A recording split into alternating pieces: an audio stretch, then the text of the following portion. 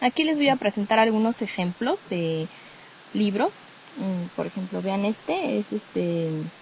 La intervención francesa en México. Es un libro, como libro sería una fuente secundaria, pero se basa en fuentes primarias, porque nos trae muchos testimonios de la época, muchas partes de documentos, entonces de aquí podemos tener una visión un poco más realista y es una compilación que se hace de manera profesional. Entonces sería, si alguien le cita esto, bueno, sería una fuente muy válida porque tiene aquí las fuentes primarias contenidas en ella y es una buena investigación.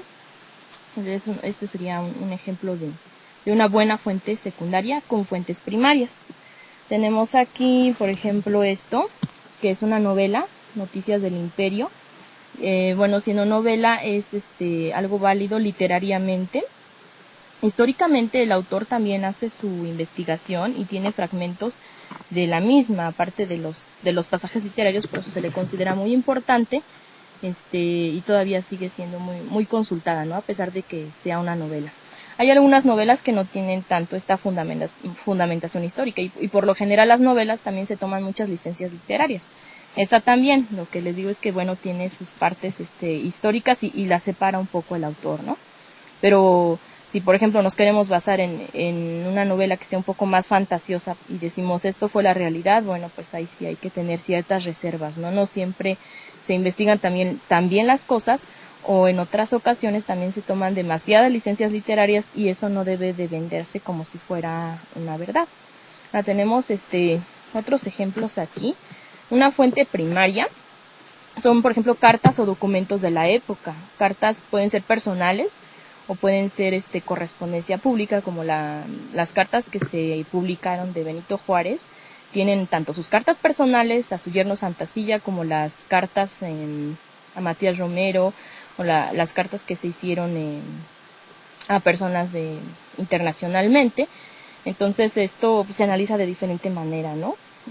Ahí tiene la correspondencia diplomática y en muchas ocasiones para descubrir un poco más la sinceridad de un autor, bueno, pues se va más a sus cartas personales, ¿no? En este caso de Benito Juárez, lo que él le comenta a su yerno, bueno, pues está como unas intenciones que se pueden considerar un poco más sinceras, ¿no? De lo demás no significa que no sea sincero, pero sí incluyen negociaciones, ¿no? Por ejemplo, para un tratado internacional. Entonces hay que considerar esto, si es de manera pública o privada. Aquí tenemos un ejemplo de una fuente primaria, ahí creo que no se alcanza a ver muy bien. Es la correspondencia inédita entre Maximiliano y Carlota, y bueno, está editada, pero se ha publicado íntegra, o sea, editada, es decir, publicada y revisada, pero está enterito todo lo que él le decía a su esposa y ella le contestaba a él. Entonces es una buena fuente primaria y es una correspondencia de manera personal donde nos podemos enterar de las ideas que ellos tenían para México, de qué pensaban, cuáles eran sus temores, sus sueños, y es muy bueno, ¿no? Para saber acerca de ello. Aquí nos damos cuenta, por ejemplo, que Maximiliano trabajaba muchísimo, no se la pasó como luego dicen ahí de flojo, mirando flores. Sí miraba las flores, sí le gustaba la jardinería y los insectos, pero trabajaba muchísimo, desde las 4 de la mañana hasta las 9 de la noche. Imagínense, ¿no? Bueno, tenemos otro tipo de libros, por ejemplo que es La Nueva República, son escritos del nigromante. El libro lo hace un descendiente de él, entonces tiene a su disposición muchísimos archivos y aparte ha investigado. Entonces es una mezcla, aquí tiene muchos escritos del nigromante originales y aparte la interpretación que le da su descendiente, que es el autor del libro, y aparte desde los ancestros del nigromante, leyendas de los mismos, incluso por ahí viene una profecía, ¿no? Que a lo mejor alguno de ustedes ya la sabe, ya la comentaremos después.